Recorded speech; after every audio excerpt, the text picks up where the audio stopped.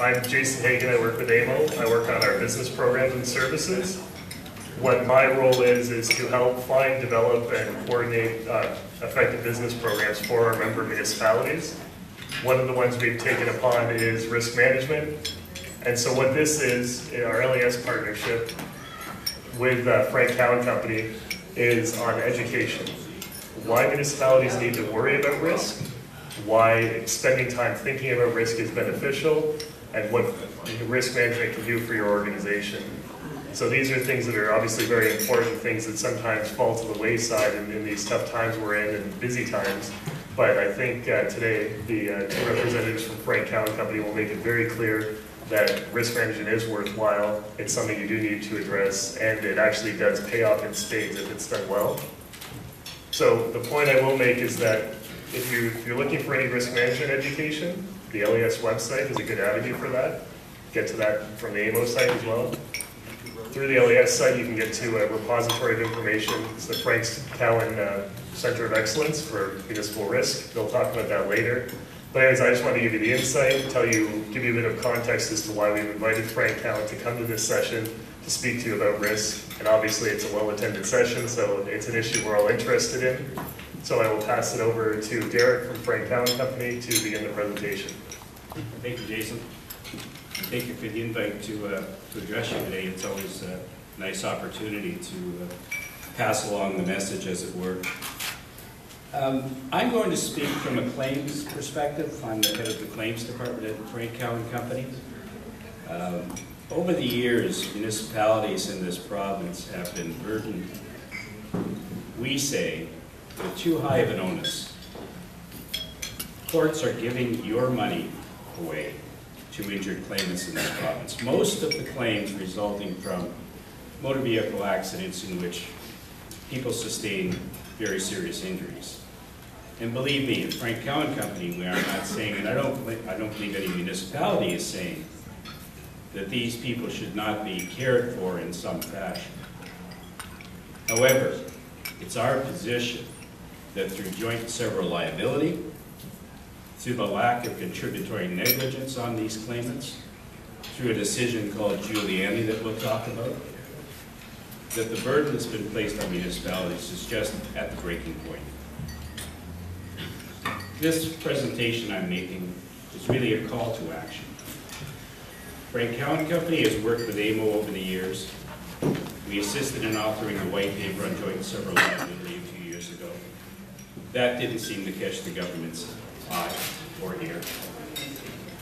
Now we've got judges that are not awarding contributory negligence, and I will explain what that is in a while, which puts more money out of your pockets, really out of your insurers' pockets, but all of the municipalities in this province carry self-insured retentions, deductibles that are increasing over time and impacting your budgets. We really need to band together, get in front of government, and try to get some changes made. So let's go through some of these points that are belaboring you. The Giuliani decision came out 2 years ago, and the Court of Appeal decision came out last year. A person that was driving at 7 a.m. and had a motor vehicle accident. The road was icy. It had been snowing since 4 a.m. They were out of their winter maintenance season. However, 2 centimeters of snow had fallen in this freak storm, and it was a wet snow, and it got compacted and get compacted into ice over time. At 7:15, the trucks were out. It had been snowing since 4. The snow never reached the level at which the minimum maintenance standards say that the municipality had to clear the road. Section 4 says in 6 hours you have to clear 5 centimeters of snow. The snow only reached 2 centimeters. Section 5 says you have 4 hours to clear ice, to treat ice, when you know there is an icy condition. Pretty simple, we think. Pretty well written, we think. Judge didn't think that. Judge said 5 centimeters doesn't apply. It only reached 2 centimeters, so that section doesn't give you protection. Sorry. Now, what are you supposed to do as a municipality? Do they really expect that you are going to sit on your duffs and not call out your trucks to treat your roadways until the snow reaches 5 centimeters? That doesn't seem to make any sense to me, or frankly anyone else that I talked to about this. And yet that's what the judge said, that you don't have protection under that section of the minimum maintenance standards unless that snow reaches 5 centimeters.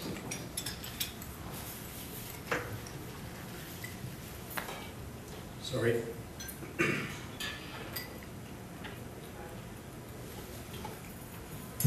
So we move on to section 5 and we say, well, if section 4 doesn't apply, the road was icy, and we have 4 hours to treat that ice once we find out it's icy. And the judge said, that doesn't apply. Why doesn't it apply?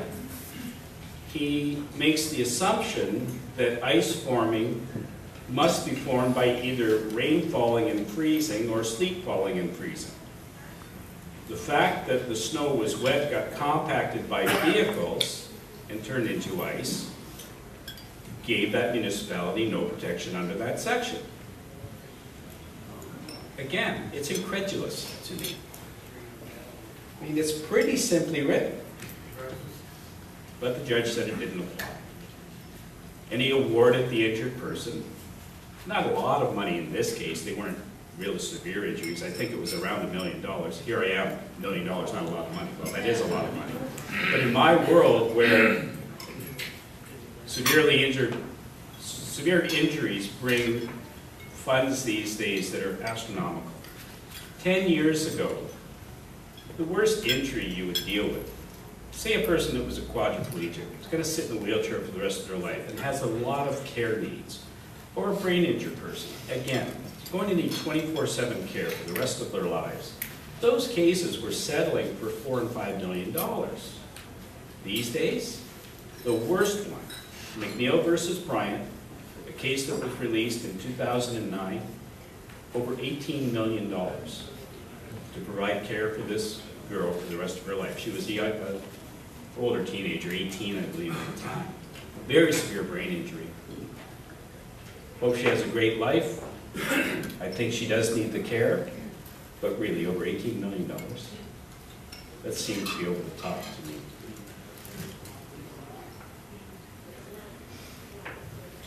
Therefore, we're now in a position where the minimum maintenance standards have a large hole in them, and you are going to be held to the common law principle, which is reasonableness.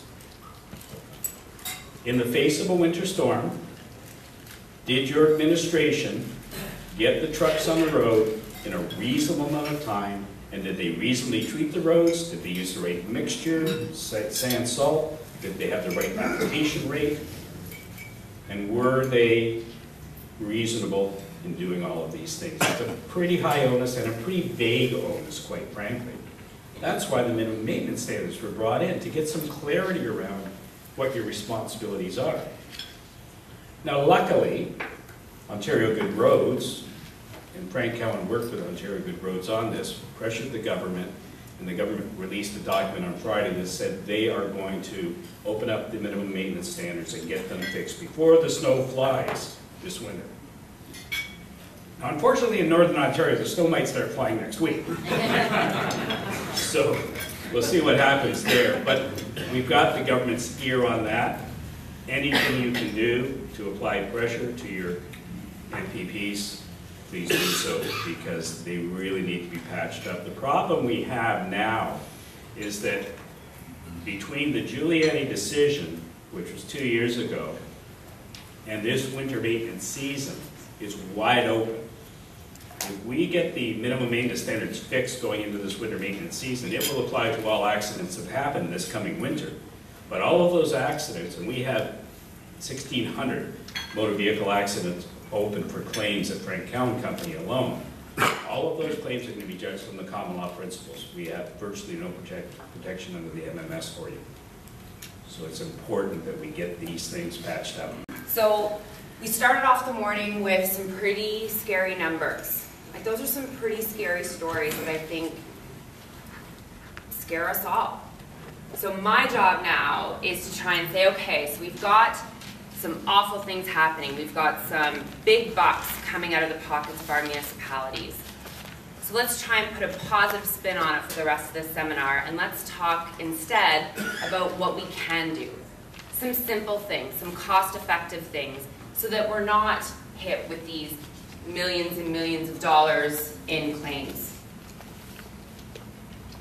So my job at Frank Cowan Company is I work in risk management. So we actually have an entire department that's devoted solely to risk management. So helping municipalities and our other clients manage the risks that they face every day in their municipalities. So what is that, risk management? Well, it's all about the decisions you make as people, as municipalities, and how you carry out those decisions. Risk management involves picturing that worst possible case scenario, that paraplegic, that quadriplegic, that awful accident. And you think about it, and then you try to do something about it before it happens. So it really is about looking at that worst case scenario, and then let's see what we can put in place so that that worst case scenario doesn't happen. Risk management essentially can be broken down into a really simple, really easy 5-step process. And a lot of this you'll recognize as things that you probably do in your everyday life anyway, and it doesn't necessarily even be, have to be attached to your functions at the municipality. So if you have an area where there's problems in your municipality, you want to identify and analyze it. So for example, Derek's talked a lot about roads, so let's think of something else in your municipality. Maybe it's a park with a baseball diamond. So let's identify and analyze a risk there. Possibly you've had some of the baseballs being hit out of the park close to where people are walking along a trail, and you've identified that that could pose a problem if someone gets hit with a baseball. Okay? So you've identified that risk, you've analyzed it, you know that it'll be pretty bad if someone gets hit square on the head with a baseball, so you want to do something about that. So what can you do? You formulate options. Okay, so let's think of the solution now before something bad happens. So what can you do about those balls that are going near your walking trail? Well, a fence would be one option. Maybe not the best one, but step 2, we're just going to talk about options. Signage, telling people to be careful as they're walking on the trail. What about making sure that any games scheduled at that baseball diamond are only kids? They're not going to hit that far to hit the walking trail. So what if you make it that any contracts you have with baseball clubs, that it can only be like either slow pitch or kids playing in that baseball diamond? That might be a good solution. So you toss around some options. Then you're going to select the best technique. Maybe for you, in your circumstance, it doesn't make sense to put up a fence. You've got a walking trail close, so there's no point in a lot of extra signage because you don't want people not to use that beautiful walking trail you have. So you're going to ensure and have contracts in place with the people that you're renting those baseball diamonds out to, that only slow pitch or only children are allowed to use that diamond. Any fastball, adult games have to be used at a different one. So you've selected the best technique, and then you're going to implement it. You're going to make sure that it's communicated to people using the parks. You're going to make sure, like I said, you have a contract in place that says you must only schedule games here that are for children or slow pitch or some lower risk. Then you're going to implement that. And one of the key things that I think sometimes people forget when they're going through this risk management process, and the baseball park's just an example. It can be done for all of the risk issues that you face. The monitor and modify. I think everyone in this room knows how quickly things can change in the municipal environment. Whether it's new techniques, whether it's new technology, things are constantly changing. And as things constantly change around us, we need to make sure that our policies, our procedures, our contracts, the way that we run municipalities is keeping up with that. Maybe the solution that we came up with for the problem last year doesn't work this year. Maybe it still does. But let's take the time to look at it, to monitor, to make sure those kids aren't hitting the balls out of the park too, because then we know, okay, our solution didn't work, we need to change it. So always be monitoring how your option, that technique that you put in place, is working, and be prepared to modify it if something else would work better. And thank you very much, Mayor McNamara, for the warm welcome. Friends, thank you for joining me here this morning. And before I begin, I also want to recognize all the members of the Ontario PC Caucus that have joined us here the last number of days. And I want to give particular recognition to Steve Clark.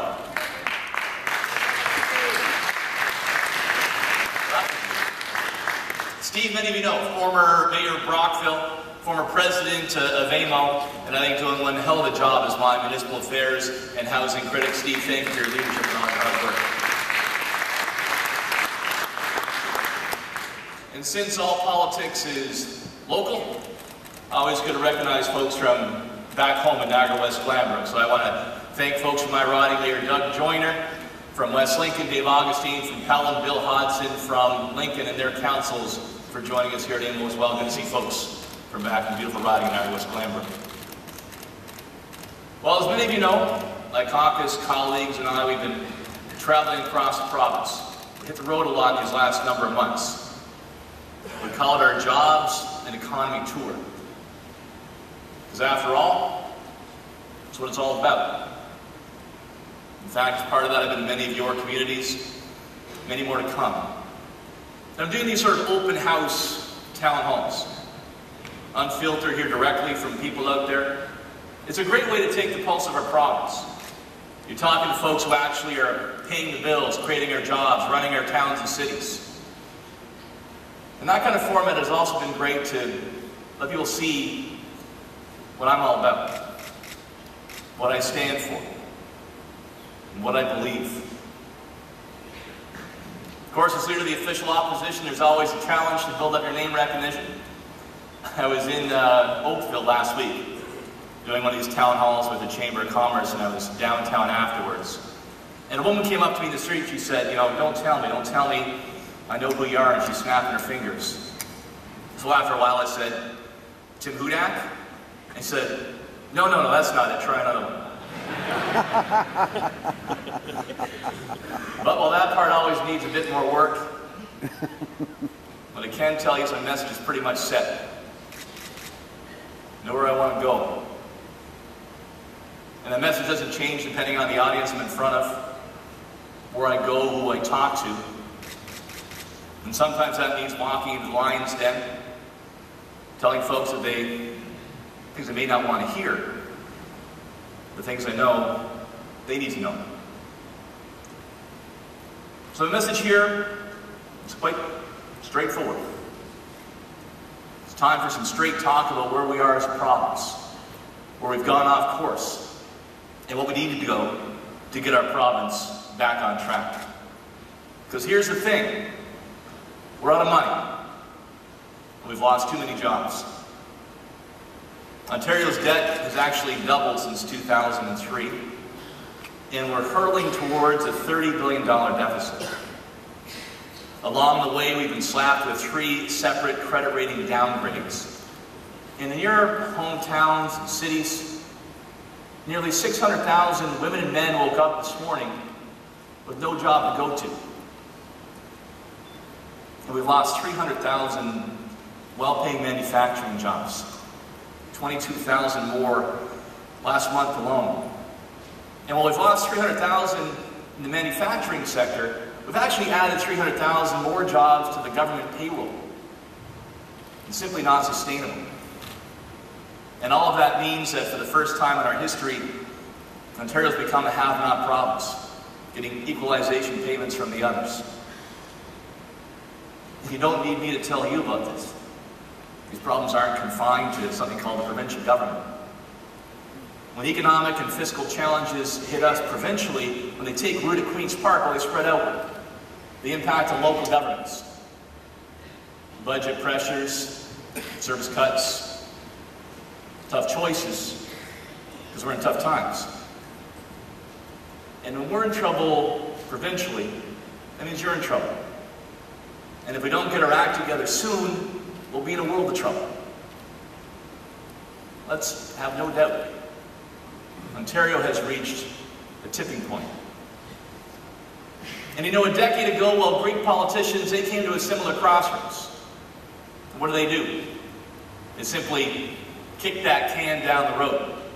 And now they're in a mess. Folks, we can't make that same mistake. But I worry we're running out of time. And I know nobody here in this room wants to see Ontario risk becoming the Greece of Canada. But our debt challenges are becoming frightening.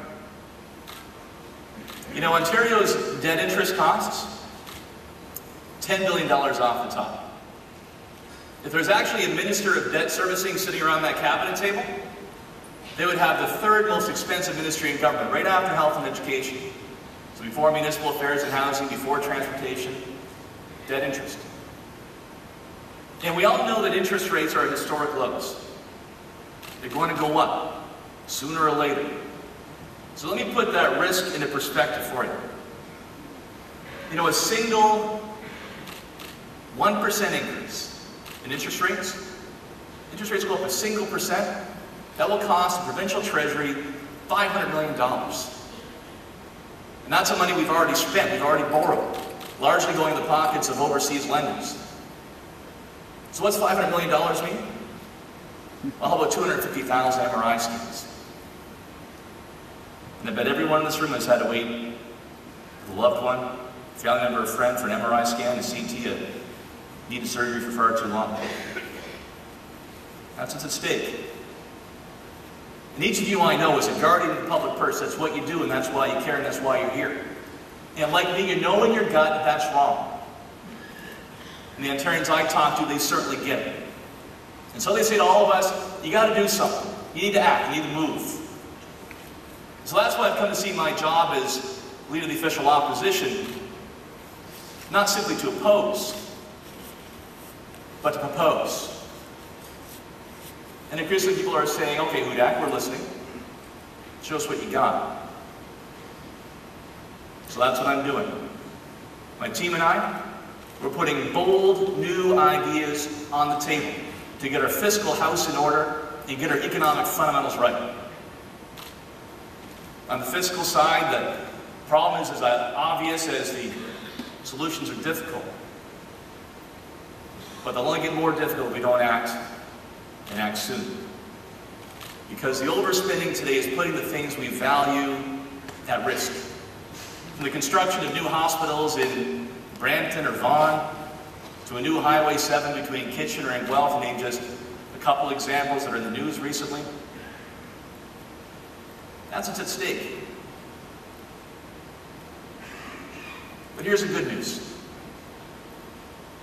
Ontario has tremendous advantages to draw upon as we pull ourselves out of this hole we find ourselves in. A skilled, educated, motivated workforce, driven entrepreneurs, people who build, who mine, who forage, who harvest, and who create products and services that are in demand right around the world. And we have an abundance of natural resources. Just a few weeks ago, I visited the Ring of Fire. The north, Ontario's Ring of Fire, that can be like oil is to Alberta, like potash is to Saskatchewan, a find of unbridled promise and potential. We just need to seize that initiative, harness its development, and build on the PC vision for the north as a source of jobs and prosperity, not a museum to showcase what used to be. And of course, here in Ontario, we occupy a prime location in the heart of the North American marketplace. We're on the border to 135 million consumers in bordering states and provinces. We can harness all these advantages. We can reach that potential again. Ontario can lead again.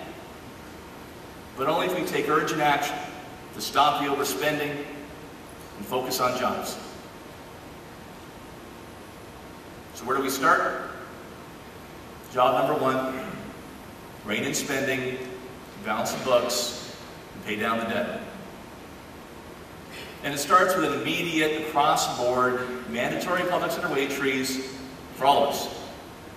A teacher, doctor, firefighter, MPP, no exceptions, no excuses. A minimum of 2 years. And that would save us annually $2 billion. And I'll argue all day long that's in sharp contrast and a better approach than the current one, which seems to be to ask nicely for public sector wage restraint. When you don't get it, well then you ask nicely again. It just doesn't work. And with just one settlement currently underway, the ongoing soap opera with some of the teachers' unions, that's no path for the way forward. Folks, we have 4,000 different collective agreements in Ontario. So if that's the path, we have 3,999 still to go. It's not going to work. Our plan, across the board, mandatory public sector wage freeze, minimum of 2 years, save us $2 billion. And of course, you all know this, a legislative pay freeze, well, that gives us some space to go about reducing the size and cost of government. It's kind of like putting a lid on a boiling pot of water. You also need to lower the underlying temperature. But it's a start. Number two, you have to backstop a legislative wage freeze with fundamental reform to our broken arbitration system. Tight timelines for arbitrators to issue their decisions. Not 3 years, how about 3 months? Written decisions also that respect you as municipal leaders, respect the workers, and respect people who actually have to pay the bills. And awards that truly reflect the ability to pay. By that I mean also local budget conditions, objective local criteria, like your unemployment rate, comparable wages to private sector jobs in the area, assessment growth. Awards that actually truly reflect ability to pay. And the PC government will amend the legislation to explicitly prohibit arbitrators from using presumed future tax increases, the so-called deep pockets theory. Folks, you don't have deep pockets. Many of you have empty pockets. And I keep thinking back to that example in Thunder Bay. Firefighters. You know the one, 85 months to reach an agreement with the arbitrator. And between 1998 and 2011, Thunder Bay's assessment, their tax base, actually eroded by 40%. So there goes your budget planning right out the window. Now, you've heard me say this before, I'll keep saying it. Many of you know I've been trying to push this ball up the hill for some time, as you have as well. Meaningful, substantive arbitration reform. And I do sincerely hope the government will join us in this cause. Embrace true reform, not just tinkering at the margins. But I'll tell you this, if they don't do it, I will get the job done, and I'll do it in my first 100 days. This odious practice of closed tender. You know, where one union gets all the contracts because of outdated labor laws dating back to the 1950s, usually in construction and maintenance.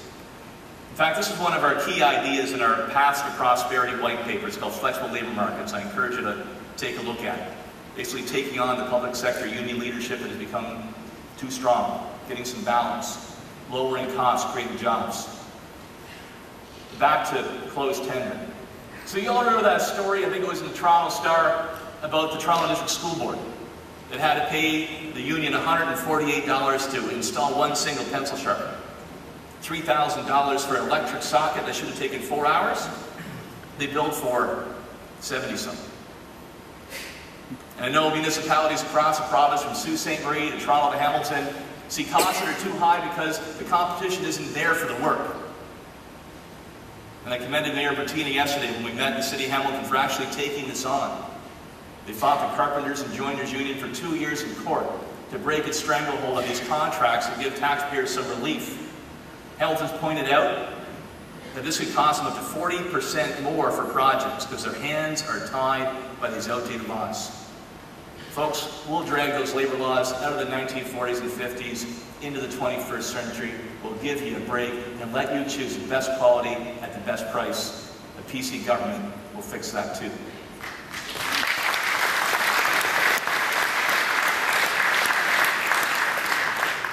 The bottom line is this: we need to clear away the economic and legislative deadwood from the 20th century and bring us into the 21st century.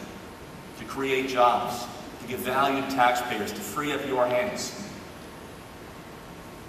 But here's the other key. You can't simply cut your way to prosperity. You need to grow the economy too. We put a number of ideas out there to lower the cost of doing business, lower your costs. Affordable energy, that's a good part of our plan. The PC government would end the feed-in tariff program. You know, the program that pays wind and solar producers up to 10 times the price of power, even if we don't need that power. Friends, it's not affordable. It was abandoned by the European countries that began that back in the 1990s. And important that too, we will give municipal governments their voices and autonomy back when it comes to where these wind and solar projects go. It's called local democracy, and we'll restore it.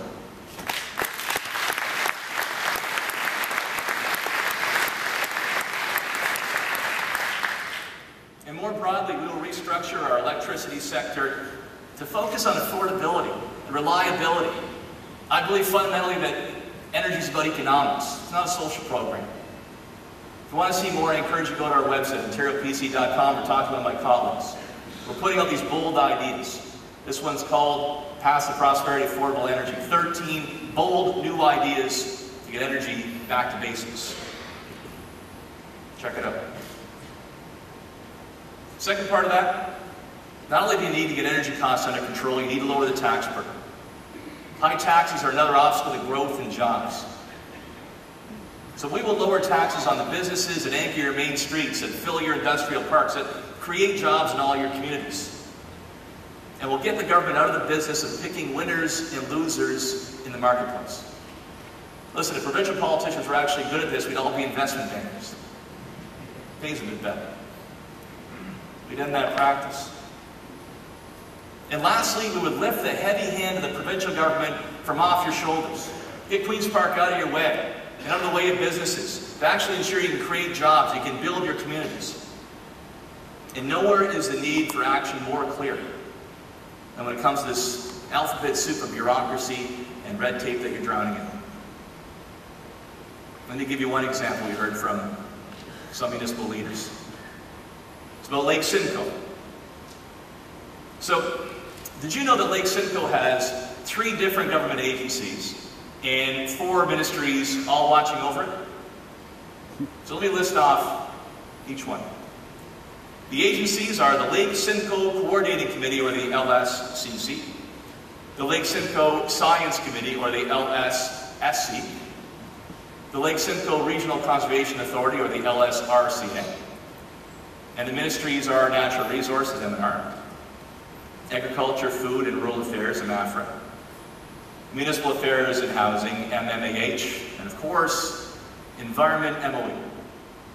So of course, here you have the LSCC overseen by the M&R, working with the LSSC and the LSRCA, which everyone knows is all under the MOE.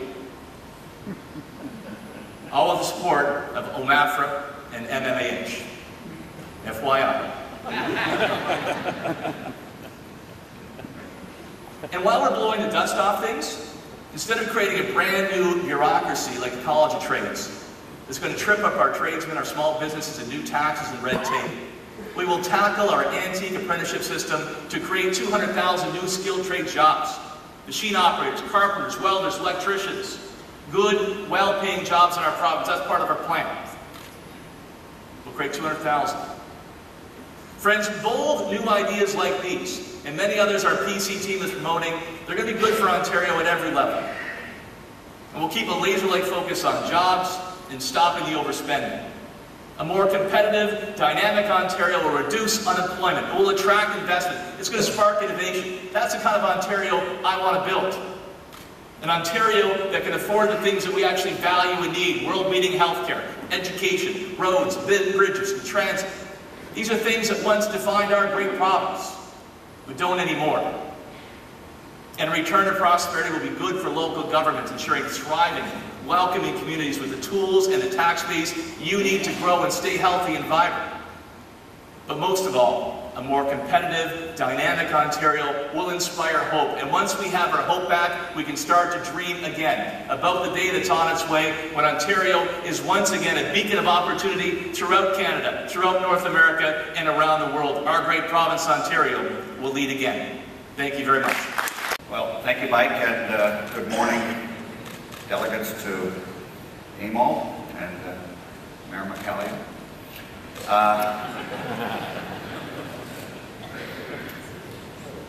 So it's fitting, I think, that I'm appearing between two leaders of the opposition, Progressive Conservative and the New Democrat. I guess having a pollster is only natural since, unlike all the other parties, the pollsters always win. I'm a boy from Walkerton, Ontario. Bruce County. Anybody here from Bruce County? Great county, just over the line. Is it any surprise that I wrote a book called Sex in the Snow? If any of you have ever been up there in the winter, at least in the 1950s. Actually, it's interesting. In my family, we do have politicians. We have a mayor, we had an MPP, and we had an MP. It was all the same person. Now, this was way, way back, 100 years ago. When you could actually do all three jobs at the same time, they did so little harm that they could do it all in a year and still have time to run a business like a sawmill and so on. And that man, Reuben Eldridge Truax, my great-great-grandfather, actually did sit in the provincial legislature, and he was mayor of Walkerton, and he did spend some time in Ottawa. And when he went to Ottawa, he was a liberal, like clear grit from Western Ontario, which ideologically I think is a little bit to the right of Attila the Hun, but still, they had pretty conservative values in those days. But anyway, he went to Ottawa, and he attended the Liberal Leadership Convention in 1919. And he voted for the guy that came second to Mackenzie King. This was not smart, because Mackenzie King didn't retire until 1948. And after he had been the longest-serving Prime Minister of Canada, and my great-grandfather, who was waiting for that appointment to the Senate, actually got an appointment to the Great Senate in the sky, because, of course, Mackenzie King outlived him. I decided when I went to Queen's University that we would never make mistakes like this again, and so I chose a career in studying public opinion polling, so I would know what's going on, and we'd know who to vote for in our family. Today, what are we doing? We're going to do, it's kind of like Environics 010. I think you'll all get a certificate if you take in what I'm talking about today. It's about demography, how we're changing, you know, things like our gender, our racial and ethnic composition in the country, and so on, immigration. I'm going to talk about public opinion. What do people think about this country? What do they think about the major issues of social change in the country that provides the context for people who are in government. Of course, we get a lot of this data from polling that Environics does, and we draw from the Census of Canada, while we still have one. And I want to start out with general population trends in the country. What we're looking at here is census population, and we're looking at population growth. So here we are, back in 1956, when I was a 10-year-old in Walkerton. We were 16 million Canadians. We're now nearly 34 million Canadians. And of course, we were growing like mad in the 50s and 60s as the baby boomers were coming on the scene, thanks to our prolific parents and immigration. And we're actually growing again, 5.9% growth in the last 5 years. And it's a funny thing, we're going faster than the other G8 countries, 5.9%. Now it's mainly immigration. But we're actually outgrowing the United States, which used to be outgrowing us for a very long time, and other countries as well. And for most Canadians, this is a very positive thing. Where are we growing? Of course, our big cities. The 6th largest CMAs, a CMA of 100,000 population or more, 46% growth. Other CMAs, 23%. So you can see urbanization of Canada that's going around the world. We're now this year, it's the first year on the planet that humans are more urban than non-urban, so this is a trend. Population growth is highest in the West, of course. You hear about Saskatchewan, Alberta. Ontario is still growing. We're still above the national rate, but it is slowing down a bit. But the big population growth, Alberta, and in the north as well. I'm not going to spend a lot of time on this slide, but the red ones are the Ontario centers that are growing, and you can see again Calgary, Edmonton, Saskatoon. These are the fastest growing, but we still have growth in Ottawa, Gatineau, Toronto, Oshawa, and so on, Kitchener, Waterloo, so our cities are still growing. And we're becoming older. Thank God. The alternative is not so great. We now have 14.8% of us who are age 65 and over, and as these baby boomers, born from 1946 to 1964 to 66, as they move in to their retirement years, they are going to be the story, and of course they're going to have a huge impact on public policy given the benefits that we've given our seniors. I did a book a couple of years ago called Staying Alive, how boomers are going to live and play and work in the rest of their lives, and I compared boomers' attitudes to elders, their parents. And with the elders, remember the average elder, when they were going to retire when they were 65, they had about another 10 years. The average boomer now has got another 20 years. A better educated boomer who takes care of their health has another 30 years of life. So the elders, you can put up your feet, go to Florida, Fort Lauderdale or a trailer park and say, I deserve a rest. But with 20 years to go, deserving a rest sounds kind of boring. So boomers actually want to work as long as they're useful. They also have higher debt levels than their parents did. They could probably get along on the pensions that we have. We have a wonderful pension system in Canada, but they have a bucket list of things they want to do. They haven't been to the Grand Canyon yet, or they haven't been to Machu Picchu. And so to be able to do that kind of stuff, they're going to have to keep working if they want to live as well as they have over the last 20 years. So liking your work with the elders was a bonus. You were there to put food on the table, pay off the mortgage. Boomers want fulfillment through work. They don't want to apologize to their kids about the kind of work they're doing. They want to do something that's meaningful. When we surveyed elders 20 years ago, about a quarter said they wanted to do full or part-time work. Boomers, half want to do full or part-time work. And some even want to start a business. Some of the women who said, okay, I did my job, being best actress in a supporting role, now it's my turn. You can go and golf with the boys and exchange stupid cliches. I want to do something. I'm going to start a business. So there's a lot of energy among the baby boomers, and maybe a potential source for work that you may want to have done. How are we changing? So here's our population growth over up to about 2010. If we didn't have immigration, we would be a declining population. With the medium scenario, we're still growing, but more slowly as we go into the second half of this century. 1 in 5 Canadians is foreign-born. The highest proportion since 1931. Huge numbers of people came to Canada in the early part of the 20th century, from Ukraine, from Poland, from Eastern Europe, filled the great vast expanse of the Canadian West. People now, of course, are tending to come to our cities. 1 in 5 foreign-born.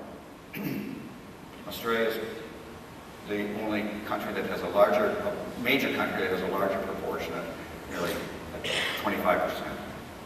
And America, which is also a country where immigrants go, is only 13%. So we're a country with a lot more foreign-born. Look at this. Where are people coming from? Before 1961, 90% came from Europe, Britain, Italy. And look at 2001 and 2006, 16% from Europe, US, and Oceania, Caribbean, Africa, the Middle East, West Central Asia, India, China.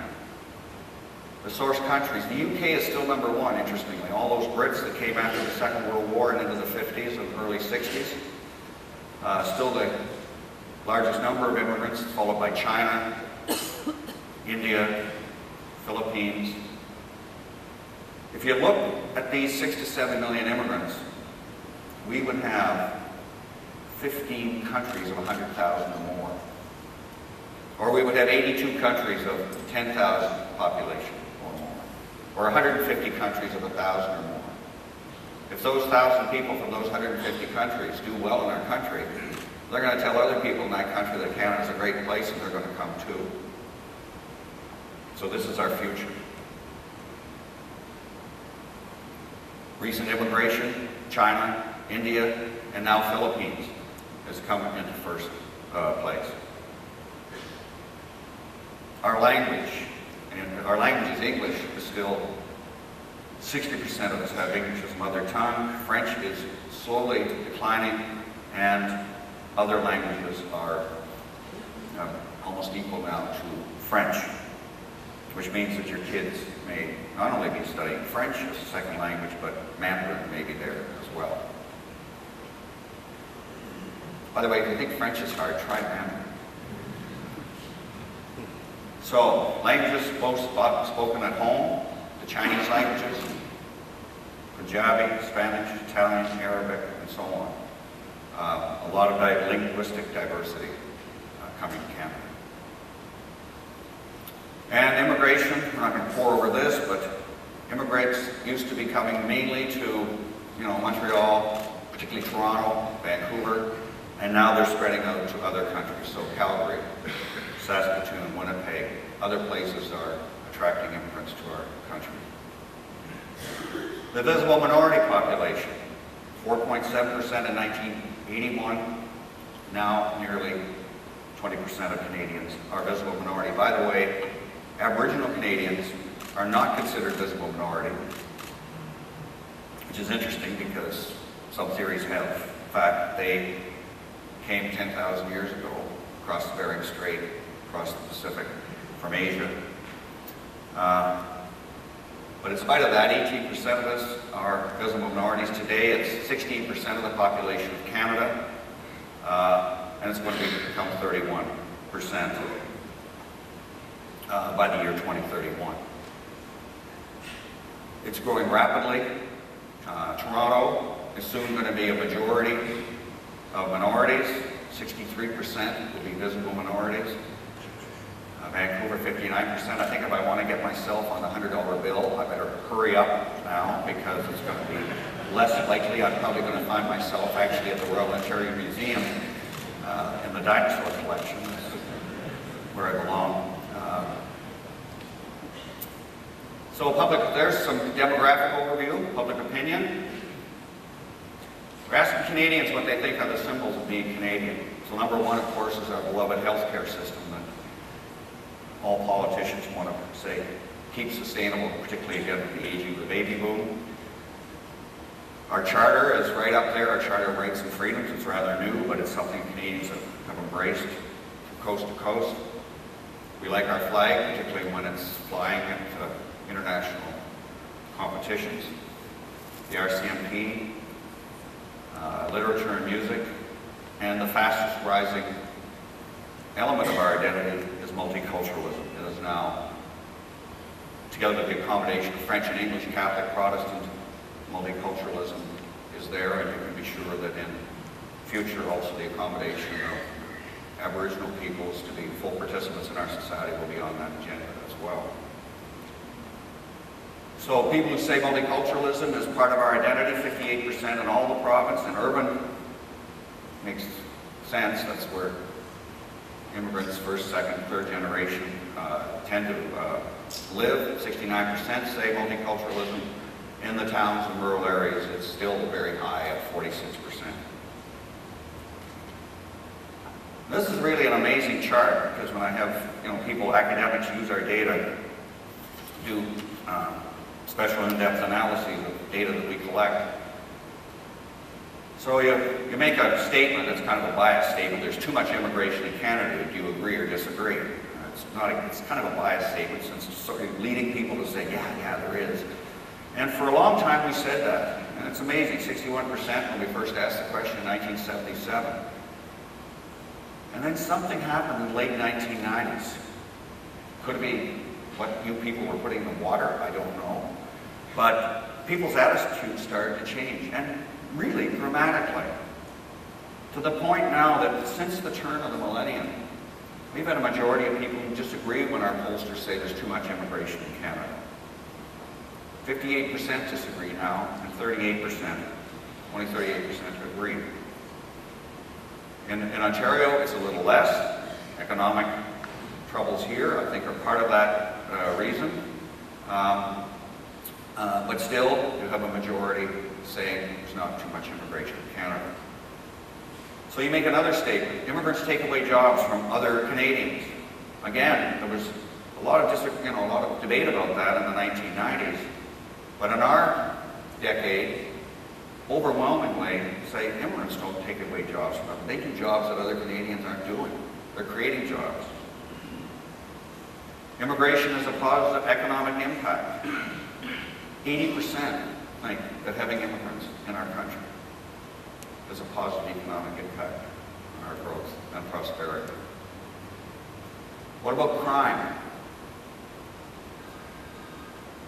Legal immigrants increase crime in society. This is legal immigrants, not illegal immigrants.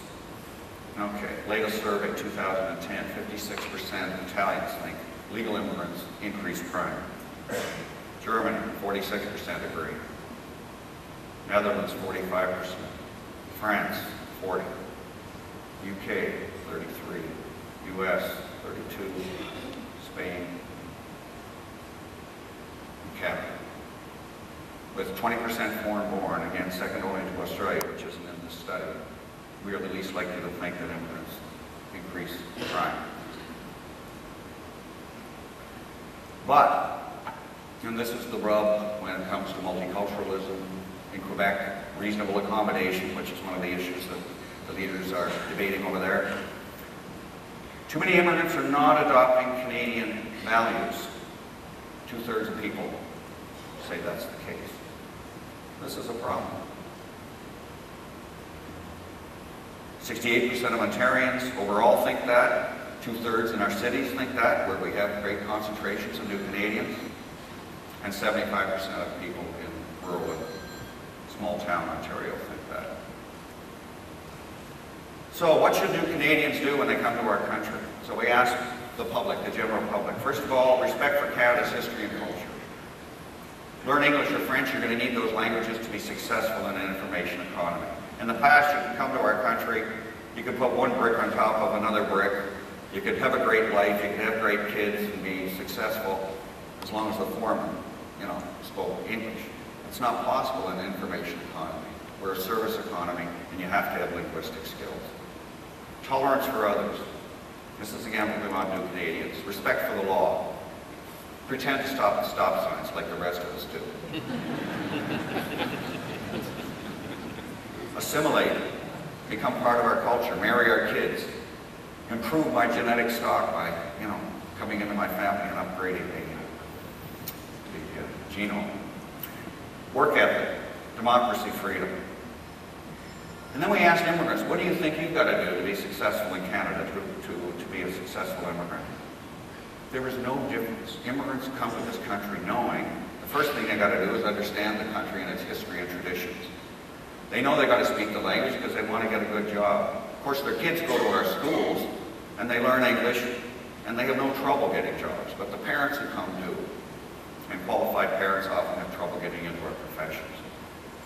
They believe that they must tolerate others. They often came to societies where they weren't tolerated. They come for religious freedom. They know they have to respect the law, they have to respect other religions, and they know that their kids are probably going to bring somebody home to dinner who may not be in the group. And that's part of being Canada. So what's this about Canadian values and the symbolism out there? One of them is the Muslim headscarf, the hijab, the niqab, burqa, all of this sort of thing. And it's something that Canadians are concerned about. And the reason they're concerned about it is because a core value in Canada, we put it in the Charter, is gender equality. And when you do not show respect for women, you violate fundamental Canadian values.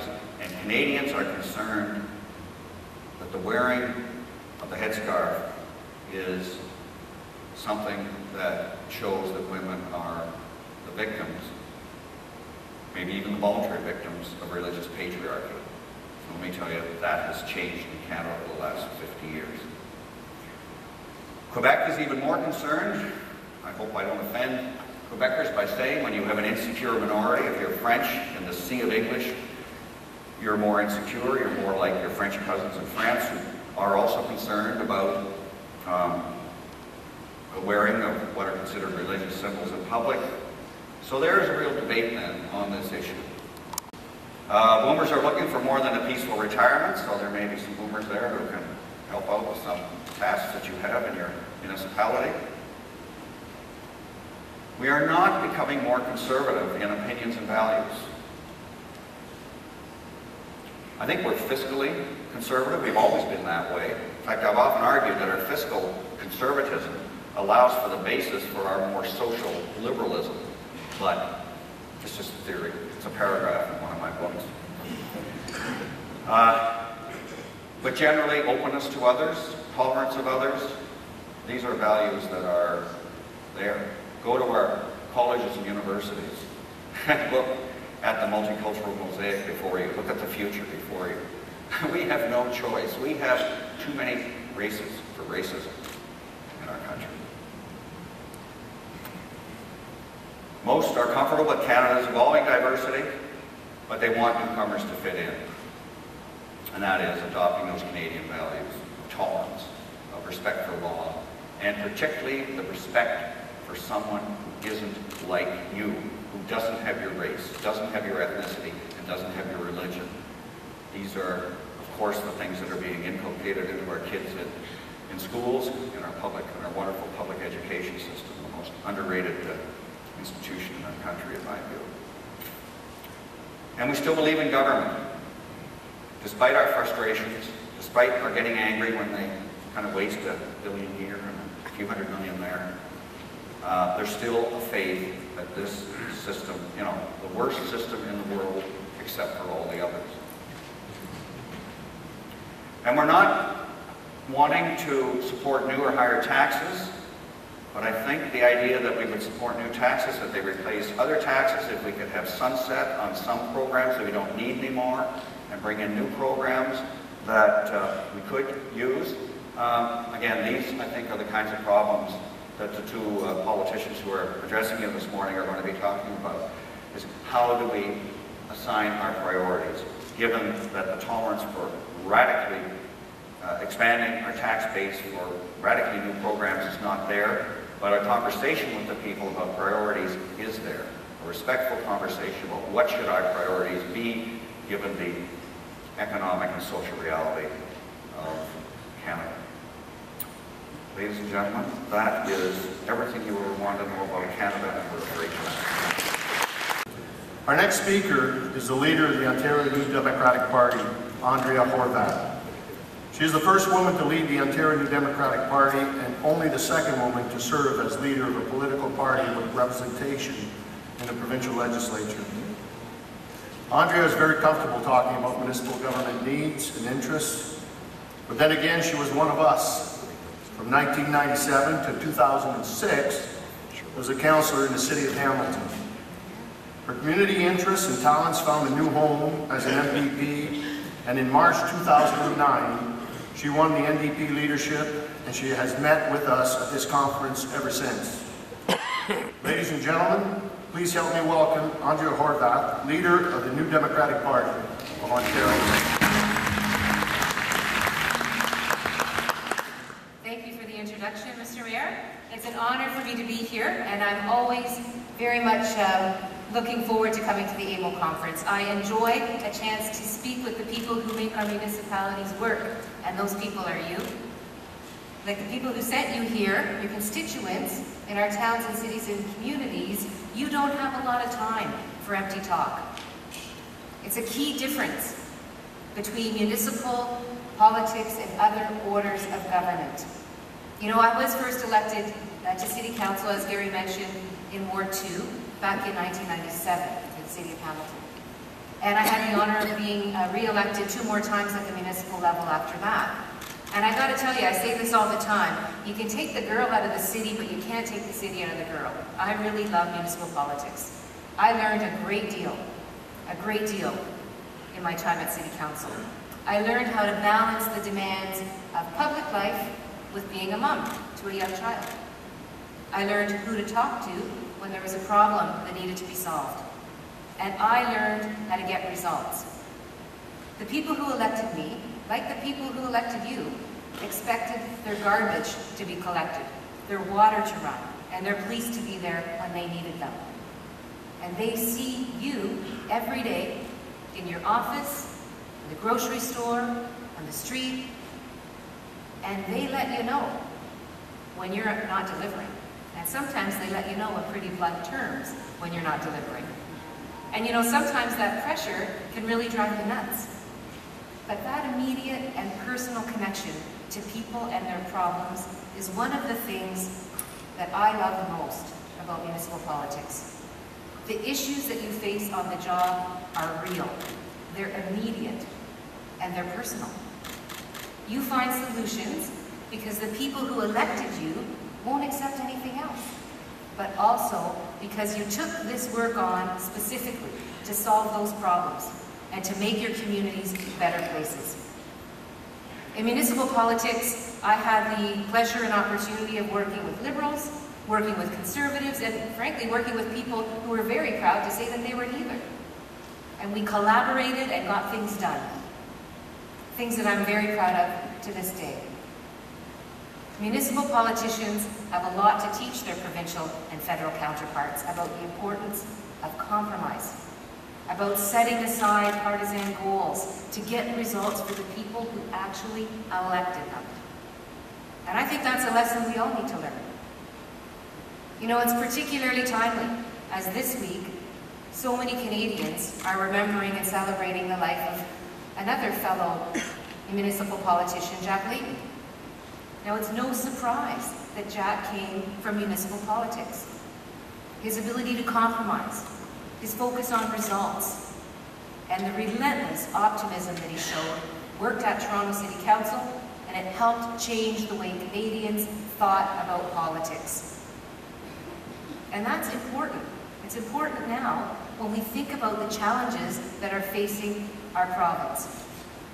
There is no denying that we continue to remain in challenging times. But there's a growing debate about how we confront those challenges. I believe people want to see positive change. Change that's achieved by working together and focusing on the very people who elected us. I believe that people are tired of cynical political games, of ham-fisted attempts to divide people and exploit people's fears. We can do better than that. And I believe people want us to do better than that. They need us to, if we're going to actually confront the challenges that Ontario faces. And the stakes are pretty darn high. All over the world, the global recession has hit hard, and it's hit people hard. And we face new challenges as a result. You know, I like to talk about the time when my father came to Canada from the former Czechoslovakia. It was a completely different time in Ontario. It was a time when a guy like my dad could literally walk up to a plant door and land a job that he would pretty much have for the rest of his life. It was a time when you could actually raise a family on a single salary. It was a time when someone like me the daughter of an auto worker could actually get an education without ending up with a mountain of debt. You know, every generation wants to improve lives for their families. I know I want to see a world of opportunity open up for my son. But the challenges today are pretty serious, and we have to grapple with that. I don't think I need to remind anyone about what's happened in the last couple of years. Between September 2008 and May 2009, 250,000 Ontarians lost their jobs. Real GDP in this province plummeted by 3 percentage points. The unemployment rate in centres like Windsor and Oshawa spiked well into the double digits, and Toronto wasn't all that far behind. And although things have recovered somewhat from the depths of the Great Recession, it's still looking pretty tough for most families. Ontario's unemployment rate hovers above the national average. For most Ontarians, wages are falling. In fact, we're one of the only provinces in our country where this is happening. You know, the combination of job losses, destroyed savings, and overall economic anxiety has put a real squeeze on families. And I'm sure you've seen it yourself, particularly middle-income Ontario. You know, instead of a society where everyone gets a fair share, we're turning into a province with a small group of haves and a lot of have-nots. And there's growing evidence that a society where people at the very top have thousands of times more wealth than those at the very bottom, it doesn't just hurt those at the bottom, it hurts everyone. And it's the wrong direction for this province. And it's a direction that is failing people miserably. And not just here. We've seen it in the UK, where short-sighted cuts have left households falling behind. And those very households, in turn, weren't able to spend and stimulate an economy in trouble. So we need to learn from these mistakes. We know that Ontario won't do better until the people who make Ontario work are doing better.